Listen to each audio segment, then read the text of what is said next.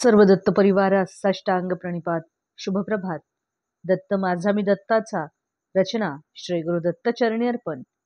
तत्पूर्वी चॅनल आवडल्यास like, share आणि सबस्क्राईब जरूर करावे. माऊलींनो, आज आपण पाहणार आहोत आपल्या आयुष्यातील गुरूंचे महत्त्व. आपल्या सगळ्यांच्या आयुष्यात सद्गुरूंचे महत्त्व का आहे, त्यांची आवश्यकता काय आहे, या विषयावर आपण नेहमीच चर्चा करत असतो.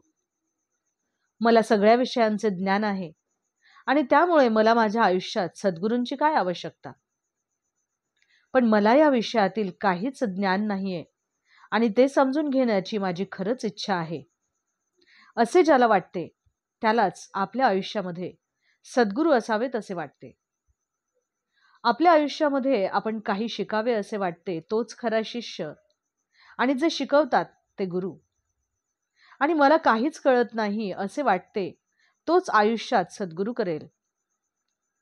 ज्या वेळेस आपल्या मनात परमार्थाची जिज्ञासा निर्माण होते त्याच वेळेस आपल्याला आपल्या आयुष्यामध्ये मार्गदर्शक असावा अशी गरज भासू लागते. आणि हा जो मार्गदर्शक असतो तोच गुरु होय. गुरु अनेक असू शकतात, पण सद्गुरू हे आपल्याला खूप क्वचित सापडतात. सद्गुरूंचे जे बोल असतात, त्यांची जी शिकवण असते ती त्यांच्या स्व अनुभवातून आलेले असते. जे खोटे गुरु असतात ते उगीच स्वतःला फार मोठे ज्ञान आहे असे भासवतात, पण त्यांच्याकडून त्यांच्या शिष्यांना फार काही लाभ होत नाही.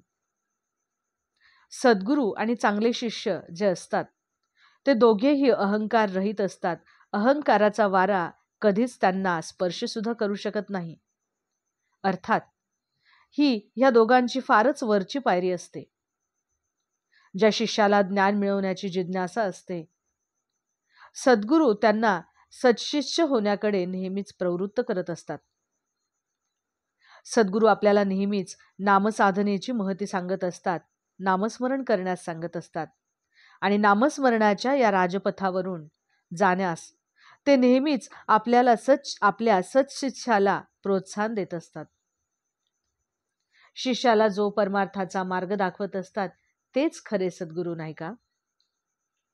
आपण गुरु करताना नेहमीच या गोष्टीचा विचार करावा की आपले सद्गुरू हे निराभिमानी आणि विषयात रममाण होणारे नाहीत ना.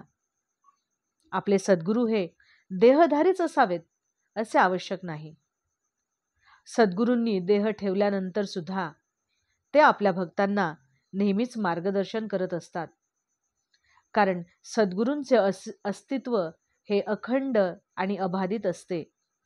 अवधूत चिंतन श्री गुरुदेव दत्त. दिगंबरा दिगंबरा श्रीपादवल्लभ दिगंबरा.